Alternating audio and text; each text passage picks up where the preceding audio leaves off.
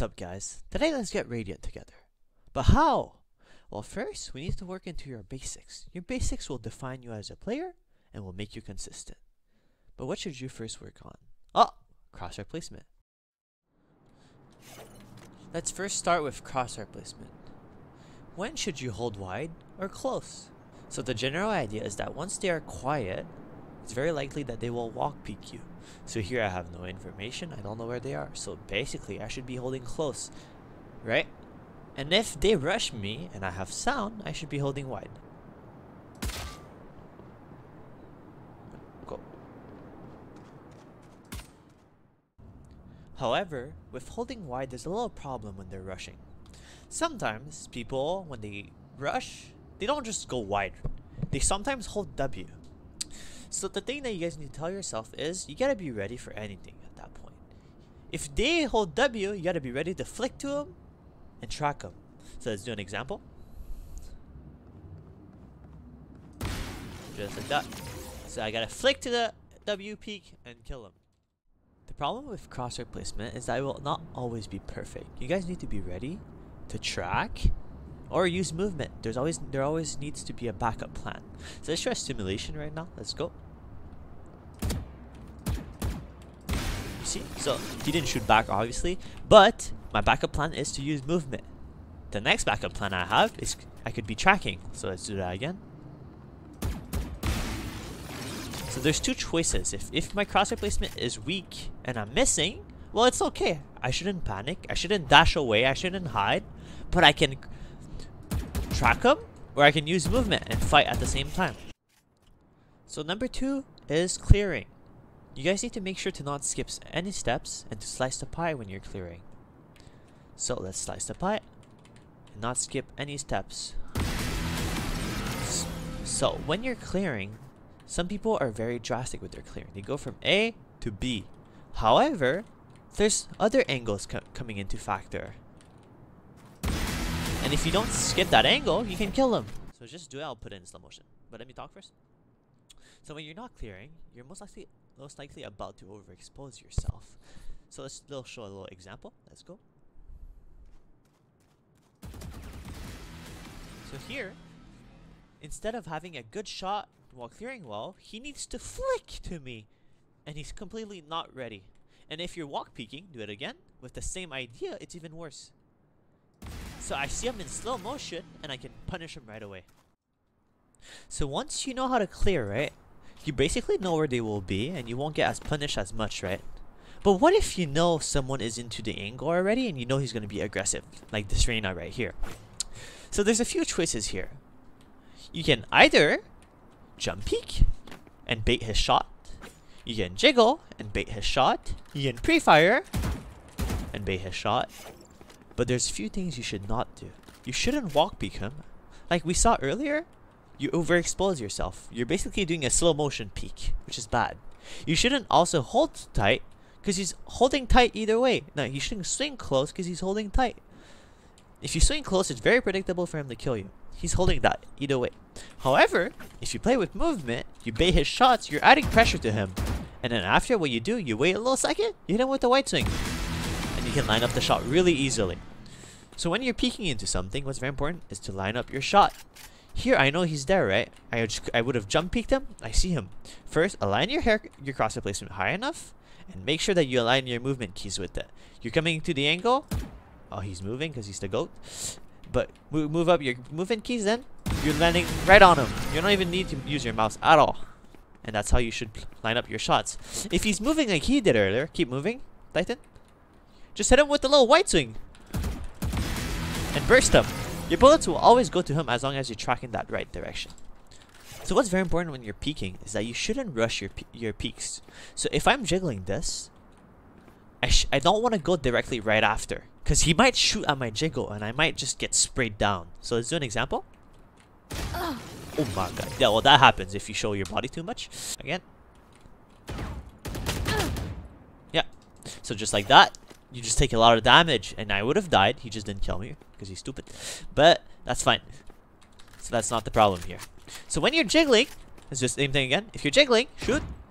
I'm waiting, and then I can go and hit him with a white swing. Change it up. Make sure you avoid those bullets that are too early for you. But heyo, I whiff a lot, and I don't know what's going on. Is it my aim? Is it my movement? Is it my pre-aim? Well, I'm gonna show a bit of examples and some substitutes. What should you be doing instead? Sometimes you need to just hide and kill him in an off timing. You know, he's about to plant the bomb, you can just shoot him from the back. Sometimes you should just use movement in one direction. Sometimes you should just aim.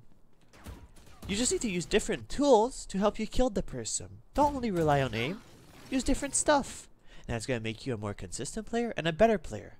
And the more you practice all of this, the more you know your options. And the more you practice your aim, the less options you need to use, because you have something so reliable, so consistent within you. But to have good aim, you need to know how to aim train for real. But how should you aim train? Well, for me, aim training is just about consistency. Making the shots consistent, feel consistent, and make it as if aiming is just part of your body. Like, you just know what to do, you see it, your eyes are not lying to you, and it's really simple to aim. So the first thing you guys need to realize is that in Valorant, there's not much happening. The movements are really restricted. You have long strafes, you have popcorn, you have short strafes, and you have track stop. So basically, these are just all kinds of different movements. And if you guys basically practice them into your favorite aim trainer, wouldn't you get better at them? Well, yeah, obviously, right? And the more you do it, the easier it becomes. You just get used to it.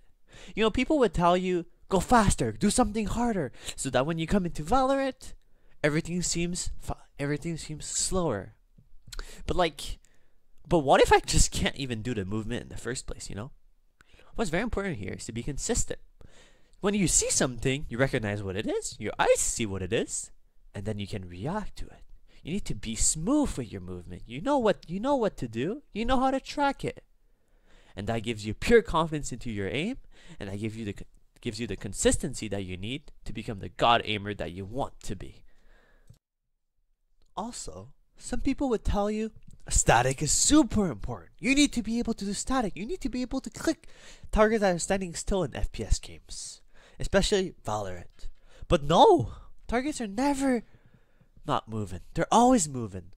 If someone sees you, they're going to do a short strafe, they're going to do a long strafe, they're going to do whatever it takes to not die. They're going to panic with their movement keys. And you too. You as a player, you will move. And what I'm basically saying is that static is useless. Static is just basically tracking. You're tracking to a target that's not moving.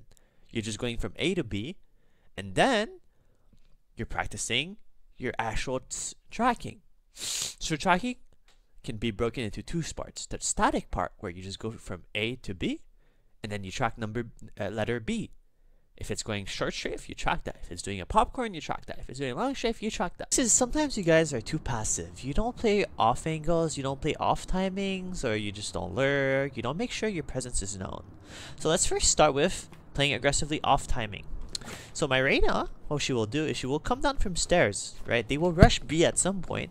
And what you want to do is the moment you know they're holding W and they won't clear you, so I want you to come over here and as if you're pretending to throw a flash. Like you're actually going to throw a flash over the corner and swing, okay? And I'm going to swing you. Okay. 1, 2, 3, go. Just like that. So sometimes people, when they don't expect you right away, so for example, swing me from B main, and like you're gonna expect me there, right? So fight, and then we keep going, just like that.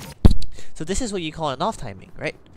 You're basically fighting them when they don't expect you. So let's go market together. So basically, when people go into market, right, they walk peek till here, and then they start looking at the other corners, right? They clear other stuff. So what you want to do is that you want to swing when they're about to swing these corners. So let's do a simulation. Let's go. Just like that. And in game, you just gotta have a bit more experience, experiment a bit more, and you make sure that you have good pre-aim, and it should always work.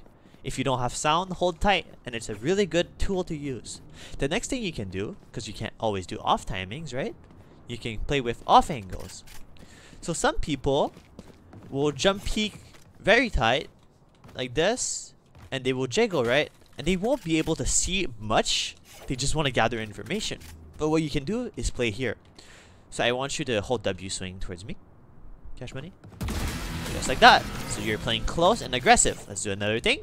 An off angle here. This is pretty aggressive. Just like that. So you're playing a different angle and you're killing them. And there's different ways to play this. You can go play, for example, here, and you're being aggressive. And you can go on an off timing. You go play aggressively here. What I'm basically telling you is that you gotta use your resources to guarantee different kills, different methods of killing. You can't just always be here and holding the angle. You gotta sometimes kill off timing, or you play here on an off angle. The next thing you can do is lurk. So you know, if you're the type of player that wants to go to the same site every round, well, what you can do is show your presence here, go back mid, and walk up cat. Go walk up all the way to market and make sure to clear properly and go flank them. As long as you change up your playstyle, you'll become less predictable and you'll die less. As simple as that. The next thing you guys care too much about is your teammates. Your teammates are not your heroes. Your duo is a human too. They can choke, and they're kind of bad, you know. They're paid actors at some points. So what you want to basically think is you're by yourself. You want to close out the rounds by yourself, and you don't want to listen to them all the time. If they tell you to sacrifice yourself or to play less aggressive when your playstyle is to play aggressive, do whatever you want. The most important thing is to trust yourself and be confident. Your duos are annoying, your duo is annoying, your teammates are annoying, mute them. Play however you want and win the game by yourself. The thing you guys care too much about is your settings, your setup, whatever it is. So let me tell you this. Something won't become a problem if you don't think it is. You see, you're fussing around your sense, your mouse pads, your different mice. Stop! There's a limit to how much your mice can do for you. Your mouse pads don't define you. Artisan, of course, can be better than a normal mouse pad because it has a consistent feel, it's more high quality. But what if you just play? What if you just practice? It will be more than enough. And it will be better than just changing setups consistently, blaming it. Here, I had a Wooting, I had a Steelseries Apex Pro, I had a Boog 75, one of the best keyboards on the market. Doesn't matter. In the end, I feel like I'm still worse than before. Well, that was it. I'm wrapping the video up. I'm sure you guys had a bit more questions about like what agent should I play. Just play something that will make you comfortable, that will make you confident. About my game sense, how do I improve that? Well, you have two choices: get coached or just learn from experience and watch yourself play. And I also offer some paid coaching that is the cheapest on the market. You can also get that, whatever you do. Lastly, what about warm-ups? What about routines? Well, if you guys want to know more about aim training, what routine you should do, what tasks, well, let me know in the comments and I'll try to help you guys with that. But warming up is simple. You want to just wake up your muscles, make them less stiff, and you want to make sure your mind is comfortable. You want to make it confident. If you're not coming into a game scared of losing, you know, GG. What I'm basically saying in this guy is that you gotta take this whole process of getting better at Valorant a step-by-step process. First, well, use your mechanics, you know. Actually hold angles well, clear well, peek well. And then after, start using aim. Understand the different choices that you have to win more gunfights. There's also a lot of videos, well, more videos that I did about all of the most basic stuff of your mechanics. And then after, you should maybe consider aim training, but the right way. Don't be stupid. Don't listen to people like West Prowder who tell you flick the fastest you can. It's been like 15 people I've seen have the worst aim possible compared to before that they had.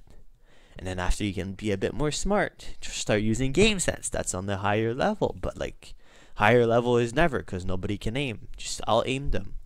Out mechanics them. Usually they all play the same angles. You just need to pre-aim into them. It's really simple. But later on, if you want to add more spice to your game, play more variety, play with positioning, play with off timings, lurks, just take it slow, practice everything well, and I'll be meeting you at the top.